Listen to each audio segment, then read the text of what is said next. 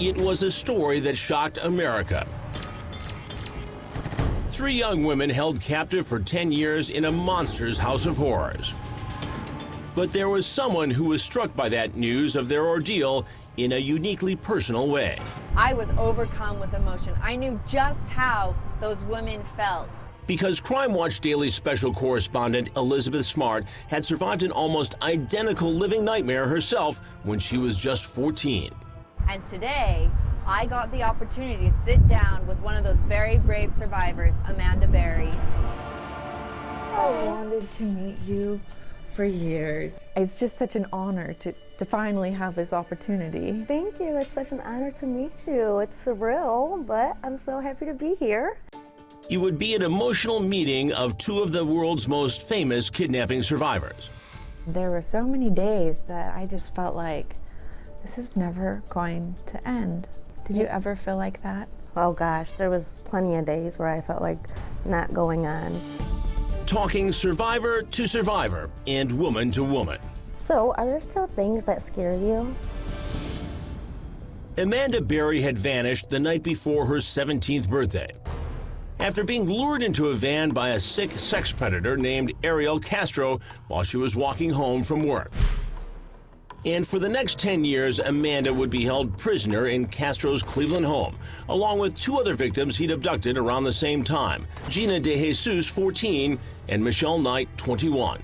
Now, when you were gone, you saw your family on the news searching for you. How did that affect you?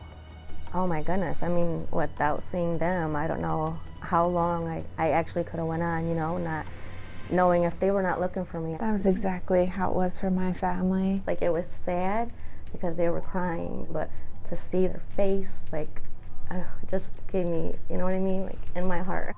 My parents were told that if she's not found within the first 48 hours, the chances are is that she's dead. I've learned on my own that if you don't stay positive, like, there's nothing but sadness. Both Elizabeth and Amanda would endure a similar ordeal of rape and captivity. Amanda at the hands of Castro, a 53-year-old bus driver who kept her and his 2 other sex slaves bound in chains in the basement and locked in tiny rooms with boarded windows. There was plenty of days where I felt like not going on, where I'm like, why should I go on? Why do I want to, like, why? You know what I mean? I mean, I feel like I could sum up my days in 3 words: boredom, abuse, and rape. And that was my life, I felt like. And there were so many times that I just felt like this is never going to end. Elizabeth and Amanda had each lived in fear not only for their own lives, but also the lives of their families, if either of them had tried to escape. He grabbed out his knife that he had kidnapped me with, and he said, if anyone comes into this camp, I will kill them. And he's like, and if you scream out, I will kill you.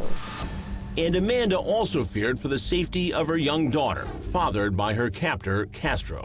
Do you feel like having your daughter gave you strength to keep going? That having her made you strong for her sake? I had her face to look at and remind me, oh my God, like, you know, this is what it's all for.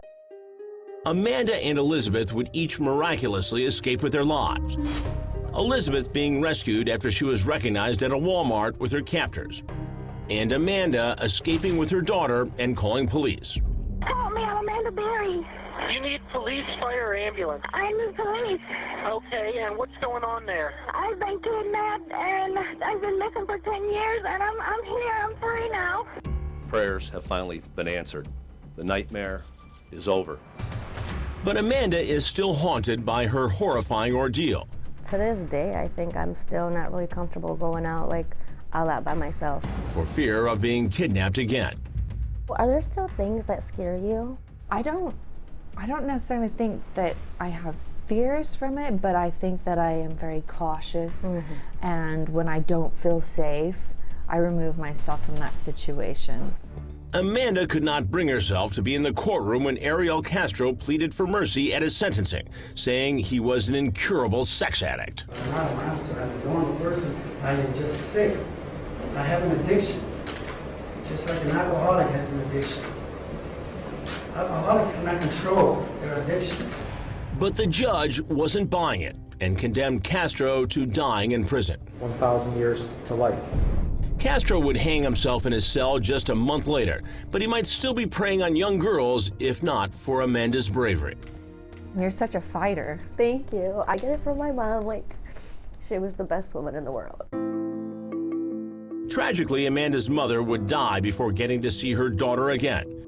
How devastating was that for you to find out that she had passed away?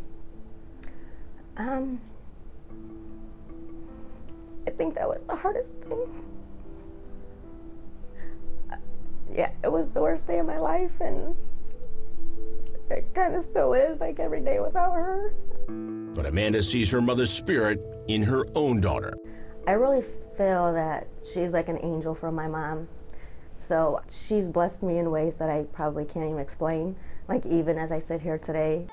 Like Amanda, Elizabeth is also the mother of a young daughter. In fact, Elizabeth is now expecting again. Both brave survivors say their children have played a major part in helping them recover from their kidnapping ordeals.